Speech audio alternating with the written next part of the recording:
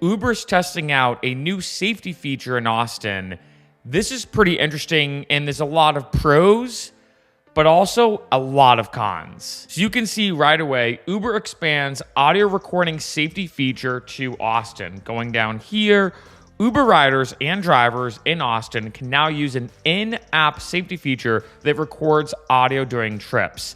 This is really interesting to me. This is actually the first time I've heard about this as well, that according to a press release, Austin is the 10th US city that will have access to the feature.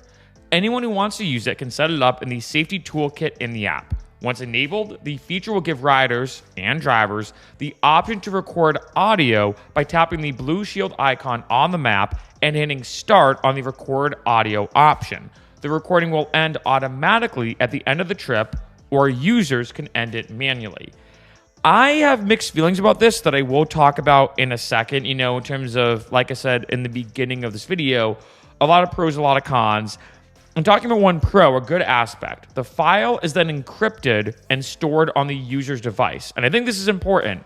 No one will be able to listen to the recording, including Uber, unless the user, feel kind of mixed about that. I don't know if they mean the passenger, the driver, etc., unless the user submits a safety report to Uber and attaches the encrypted audio file. Overall, I feel a bit mixed about this, I have to be honest. Now, on one end, I think this is a very good thing, right? The fact that they're having an audio recording, not a bad idea when it comes to safety. I might even say, and I think this is the big thing, to settle disputes. I think that's the biggest positive aspect, especially from a lot of drivers, and I've talked about this in a lot of videos. Deactivation is becoming more of an issue where, like, say, if a passenger contacts Uber and says, hey, we have this huge issue, he said this, she said this, usually Uber and Lyft will kind of side with the passenger, deactivate your account, and maybe come back later and say, oh, you know what? Yeah, we settled the dispute. You were right. Sorry that we deactivated your account for a week or two. We're going to put you back into place. The good thing with this is that with the audio recording, I think that's going to help out a lot of people in these situations. I think the tricky thing, though, is, as you can imagine, the privacy aspect. Now, like I said, I do like the fact that the audio is encrypted. I mean, let's use a very real-world example. Let's say someone's in an Uber. They're very, very inebriated. They're super drunk, and they're being kind of weird towards the driver. The driver can turn on the audio recording, and I'm going to talk about it in a second because I do have mixed feelings about how they turn it on, et cetera, et cetera. They could turn on the audio recording, and then, like, say they drop the person off, and let's say you're like, whoa, that person was wasted, right? Obviously, I don't think that someone being wasted wants their audio leaked on the internet or whatever. They don't want it being public. So it is good that it's encrypted, and it's one of those situations where no one can listen to it, and it's only there if absolutely needed. That is good. Now, on the other end, though, I think it brings up a lot of unique privacy concerns. This brings up something super interesting, and again, I don't know even how this comes into place. I have done a video about this, about one-party recording states and multi-party recording states. I want to stress I'm not a lawyer, but in some states, depending on the area, in order, like, say, if it's me and you, and we're sitting at a table, let's say I discreetly record our conversation on a phone.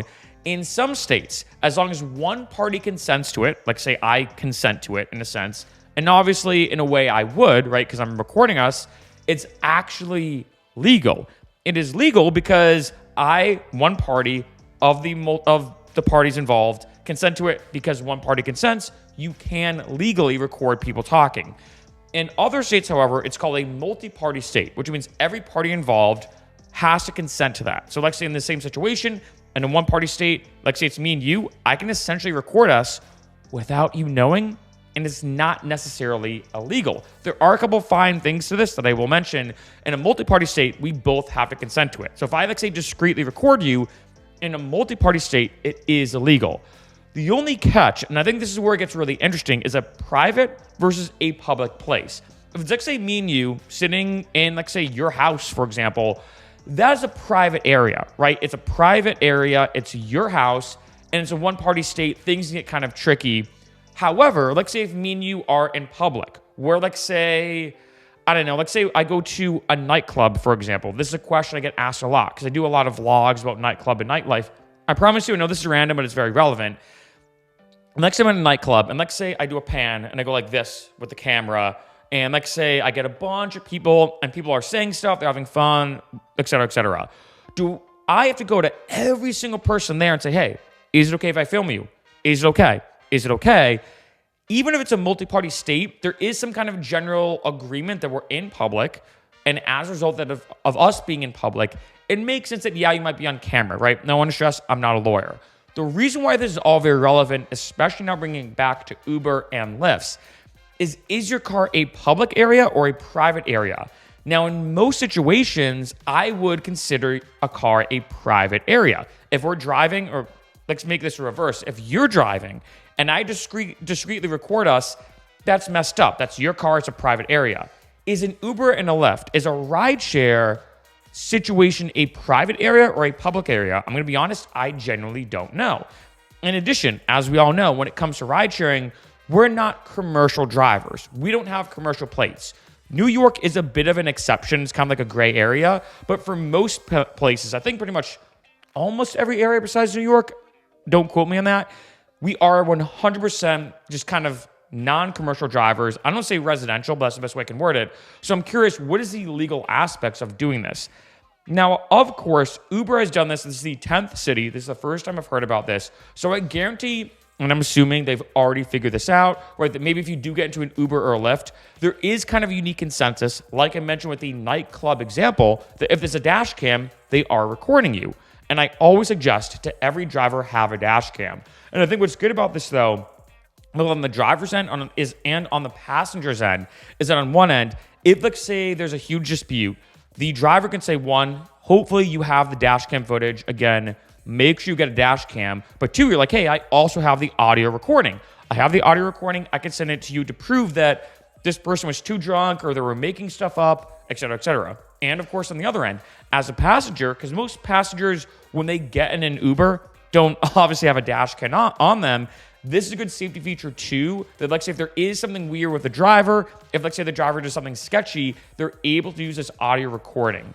The one last thing I will say that I think is interesting is on the passenger's end, most people when they get in the Uber just kind of go right to their phone, right? We all know that.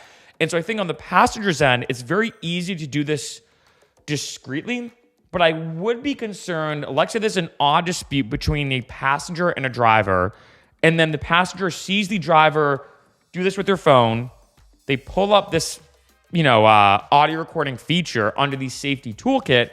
If the passenger sees that, could that cause even more of a tense issue? If they're like, hey, wait a minute, you're recording me now? Why weren't you recording me before, but now you're recording me now? That can cause some issues. That's why, again, I've said it in numerous videos, and I will say it again, get a dash cam, because if it's always recording, I think it looks like sketchy, right? If someone gets in the car and it's auto recording, a lot of people don't really think anything of it.